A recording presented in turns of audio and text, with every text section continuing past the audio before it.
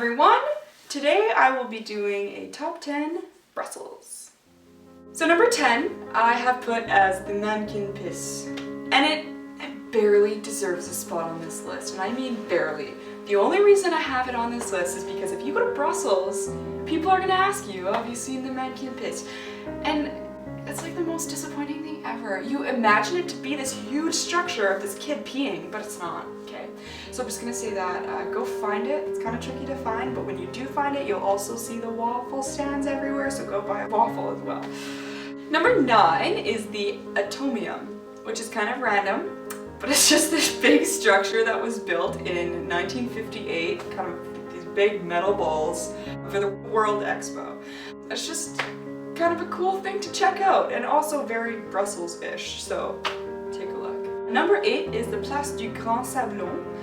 It's kind of the upper part of Brussels, and it's a big square. You can do some shopping. It's really beautiful architecture, kind of the old town, so definitely worth a look. And while you're there, number 7 is Notre Dame du Sablon. So it's their big church. Again, you've heard us talk about churches a lot. They're beautiful, okay? This one is so tall. So yeah, take a look inside while you're there.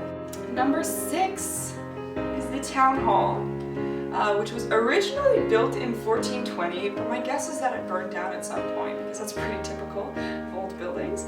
But it was built onto, so there is a part that's still standing, and it is so tall and very, very beautiful. So check that out. Number 5 is, or I guess I should say, are day trips from Brussels. There are so many cute little Belgian towns around that are definitely worth kind of a trip out to. And their train system in Belgium is very good.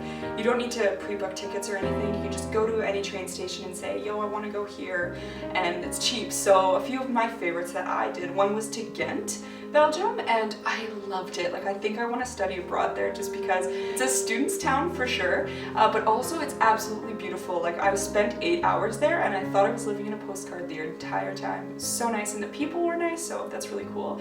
And then if you go a little farther west, you can find Bruges, which is known as Venice of the North because of the canals and whatnot, and so we can take a canal tour, just kind of like look around. Absolutely beautiful architecture there, so there are a lot of places you can go. Because Belgium is so small, you know, day trips are definitely feasible if you want to make Brussels your hub and then go from there. Number 4 is Parc du Bruxelles. It's just a big park in the middle of the city. It's kind of cool to take a picnic or go for a jog, you know, typical park, just really beautiful.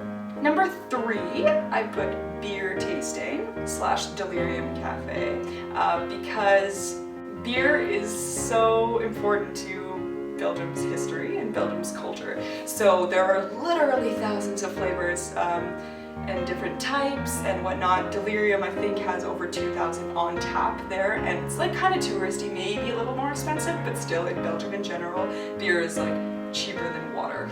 So do that. I regret not doing a beer tasting tour, so I posted links for you to do below, and that would give you some good education about it and whatnot, so cheers.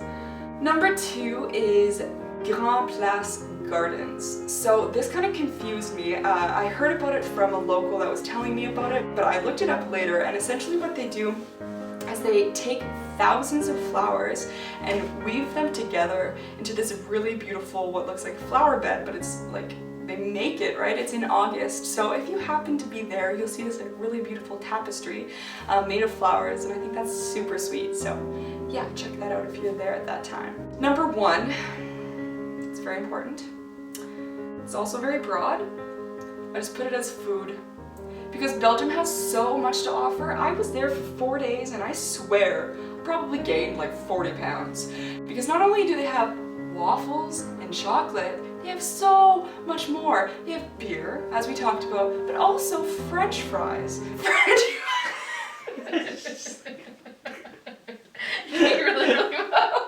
Common misconception that French fries are French. They're not. They were invented by the Belgians. So there is so much to eat.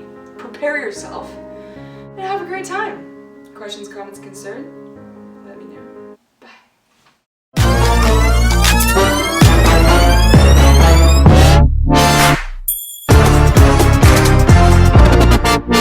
Mm.